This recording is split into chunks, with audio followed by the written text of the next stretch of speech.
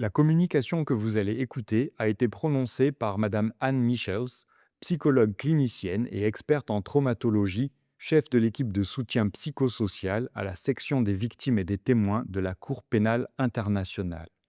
Il s'agit de la troisième communication de la table ronde intitulée Faire face aux facteurs de violence sexuelle liés au conflit, approche centrée sur les survivants en matière de justice, de réparation et de soutien. Cette table ronde a été organisée conjointement par Université Côte d'Azur, Bibliothèques sans frontières, le Bureau de la représentante spéciale des Nations Unies pour la lutte contre les violences sexuelles liées au conflit et la Ville de Paris. Elle s'est tenue à l'Hôtel de Ville de Paris le 27 novembre 2025. En tant que psychologue, je dirige l'équipe de soutien psychosocial au sein de section d'aide aux victimes et aux témoins de la Cour pénale internationale. Et aujourd'hui, je souhaiterais partager avec vous quelques réflexions sur la participation des survivantes et survivants de violences sexuelles en temps de conflit, en tant que victimes et témoins dans les procès devant la Cour pénale internationale. Je voudrais également souligner l'importance cruciale de structurellement intégrer la santé mentale et le soutien psychosocial dans tous les aspects de mécanismes de justice afin de garantir une participation significative de survivantes et survivants et d'assurer la poursuite efficace des crimes violents sexuels liés au conflit. L'incapacité des mécanismes de justice à traiter efficacement des crimes d'atrocité constitue l'un des principaux facteurs de violences sexuelles liées au conflit. Trop souvent, ces mécanismes judiciaires ne sont pas suffisamment, euh, équipés pour impliquer les survivantes et survivants de manière à la fois digne et efficace. Fréquemment, les mécanismes manquent des compétences culturelles, d'expertise psychologique ou des procédures adaptées aux besoins, aux capacités et aux droits des victimes et des témoins. Les processus judiciaires jouent un rôle essentiel pour établir la vérité, rendre justice et rétablir l'état de droit. Cependant, ils ne sont pas orientés sur les témoins et les victimes. Ces mécanismes peuvent également causer des dommages psychologiques et physiques à ceux qui choisissent d'y participer. De plus, des facteurs sociaux tels que la discrimination ou la culpabilisation des victimes constituent des obstacles majeurs à la dénonciation et traitement des violences sexuelles liées au conflit. Une partie du problème réside dans le fait que la procédure judiciaire détermine généralement les modalités de participation des victimes et non l'inverse, comme cela peut être le cas dans des processus plus restauratifs, informels ou non judiciaires. Ainsi, les victimes se trouvent limitées dans leur liberté de participer comme elles le souhaitent. À la Cour pénale internationale, nous avons développé plusieurs bonnes pratiques visant à assurer la protection physique et psychologique et le soutien psychologique des victimes et des témoins.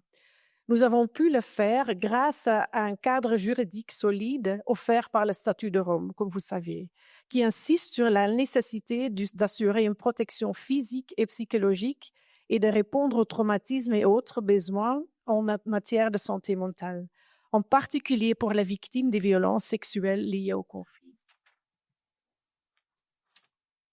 En même temps, au sein de la section où je travaille, nous constatons quotidiennement ce que les témoins et les victimes doivent endurer pour venir témoigner et participer à cette procédure pénale. Cette réalité a attiré mon attention sur ce que j'appelle le paradoxe du témoignage.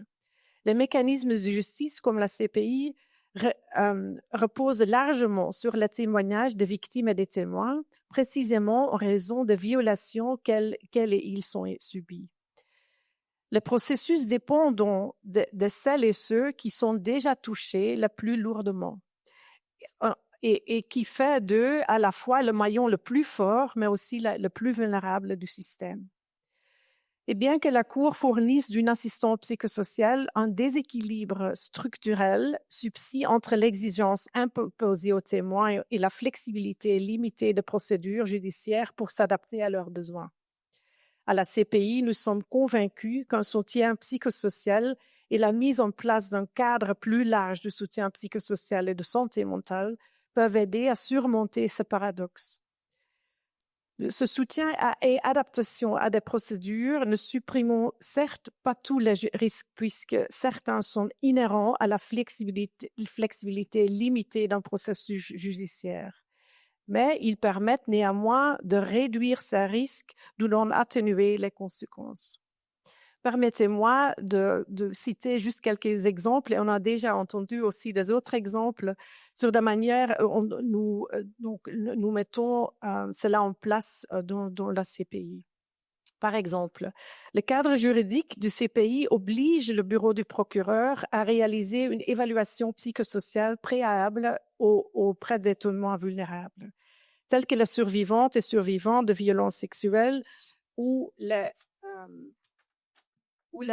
enfants. Les psychologues peuvent être présents lors des entretiens d'enquête. Il est également possible d'orienter les témoins et les victimes vers la section d'aide aux victimes et aux témoins, qui est une entité neutre et indépendante au sein de la Cour, de greffe de la Cour, afin qu'ils bénéficient d'un soutien psychologique ou d'une autre forme d'assistance. N'importe quel stade de procédure, y compris très tôt dans le processus de l'enquête. Aussi, les enquêteurs, procureurs et les autres membres du personnel en contact avec des survivantes et survivants de violences sexuelles reçoivent une formation sur la manière de travailler avec les témoins et les victimes vulnérables, notamment en prenant en compte les traumatismes. Le règlement de procédure et de preuve de la CPI prévoit le recours à des mesures spéciales lors de la déposition des témoins, destinées à protéger les témoins vulnérables contre les préjudices psychologiques et faciliter leur témoignage.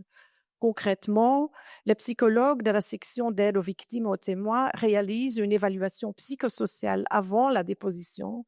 Si nécessaire, ils peuvent recommander à la chambre de première instance d'ordonner des mesures spéciales. Et juste pour donner quelques exemples de mesures qui existent, d'abord, une adaptation de la salle d'audience, par exemple, par mettre un écran entre le témoin et la victime et l'accusé pour qu'il n'y ait pas de contact visuel. L'adaptation des questions pour éviter des questions inutilement intrusives, répétitives ou embarrassantes. Ou d'autres mesures telles que la présence d'une personne de soutien ou un psychologue à côté du témoin et de la victime. Le psychologue de notre équipe qui recommande ces mesures doit toujours fournir un bref rapport au juge expliquant pourquoi ces mesures sont nécessaires. Par la suite, ce rapport aide les juges à procéder à l'interrogatoire des témoins. Ce rapport ne traite jamais la crédibilité des témoins. Une étude exploratoire menée à la CPI a révélé que les témoins déclarent une réduction significative des symptômes de dépression et de stress post-traumatique après leur témoignage. Seuls celles et ceux dont la motivation première était de raconter leur histoire au lieu de dire la vérité ont signalé une augmentation des symptômes. Bien que les recherches supplémentaires soient nécessaires, les résultats suggèrent qu'un environnement où la santé mentale et le soutien psychosocial sont automatiquement intégrés peut contribuer de façon non négligeable au bien-être des témoins et des victimes. Il illustre également la relation complexe entre motivation, santé mentale et expérience de témoignage. Cela m'amène au deuxième sujet que je souhaiterais aborder. La nécessité d'une intégration structurelle et standardisée d'un soutien psychosocial dans les mécanismes de justice, traitant les violences sexuelles liées au conflit. Grâce à notre travail auprès des victimes et des témoins à la CPI, nous avons constaté un besoin marqué de lignes directrices concernant l'intégration du soutien psychologique et psychosocial dans les mécanismes de justice pour les crimes d'atrocité. En effet, malgré l'attention croissante portée à la justice centrée sur les victimes, l'intégration de la santé mentale, du soutien psychosocial et des approches sensibles au traumatisme demeure sporadiquement et insuffisamment intégrée dans la plupart des systèmes judiciaires. Il existe certes de bonnes pratiques, mais elles sont dispersées et difficilement accessibles à nombreux de professionnels de la santé et de la justice. Nous avons donc analysé des bonnes pratiques développées dans les tribunaux internationaux, hybrides et nationaux. Et nos recherches ont conclu que l'intégration de la santé mentale et du soutien psychosocial à toutes les étapes de la procédure renforce l'efficacité des mécanismes judiciaires à plusieurs manières. D'abord, réduire le risque de préjudice psychologique. Les évaluations psychosociales, en offrant un soutien psychologique adapté à la culture du client et en ayant recours à d'autres interventions spécialistes à chaque étape et de procédure, diminue le risque de rétraumatisation et victimisation. Aussi, des mesures plus larges visant à adapter les procédures jouent également un rôle essentiel. Deuxièmement, améliorer le bien-être et contribuer à la guérison. Nous savons qu'il ne suffit pas de donner aux victimes la possibilité de raconter leur histoire lors d'un entretien d'enquête ou devant le juge. Le potentiel réparateur des mécanismes de justice réside dans le sentiment des victimes et des témoins de contrôler qu'elles perçoivent avoir sur le processus, de contrôle qu'ils ont par rapport au processus. L'intégration structurelle d'un soutien psychosocial et en matière de santé mentale peut permettre aux victimes de devenir des acteurs actifs dans le processus, mais aussi d'axer le processus sur la dignité, le soutien et la reconnaissance. Troisièmement, améliorer la qualité des preuves. Les modèles d'entretien tenant compte des traumatismes, mais aussi offrir une assistance psychologique avant, pendant et après les entretiens et les témoignages devant les tribunaux peuvent renforcer la qualité des collectes de preuves.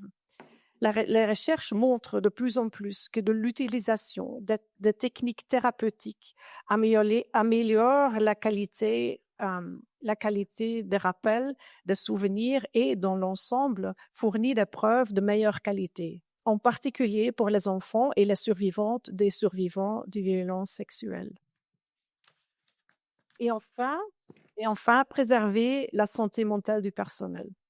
Il est essentiel de soutenir les professionnels exposés à des contenus traumatisants, afin que non seulement de préserver leur bien-être, mais aussi pour leur permettre de continuer à établir des relations saines et de confiance avec les victimes et les témoins.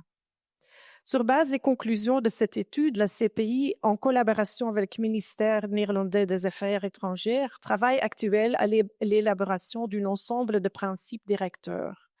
Ces principes visent à soutenir le système judiciaire national, les mécanismes de justice hybrides et internationaux, ainsi que les procureurs, les juges, les psychologues et tous les autres qui sont impliqués, aussi les organisations de victimes, à intégrer de manière structurelle la santé mentale et le soutien psychosocial dans toutes les phases d'interaction avec les victimes et témoins de crimes d'atrocité.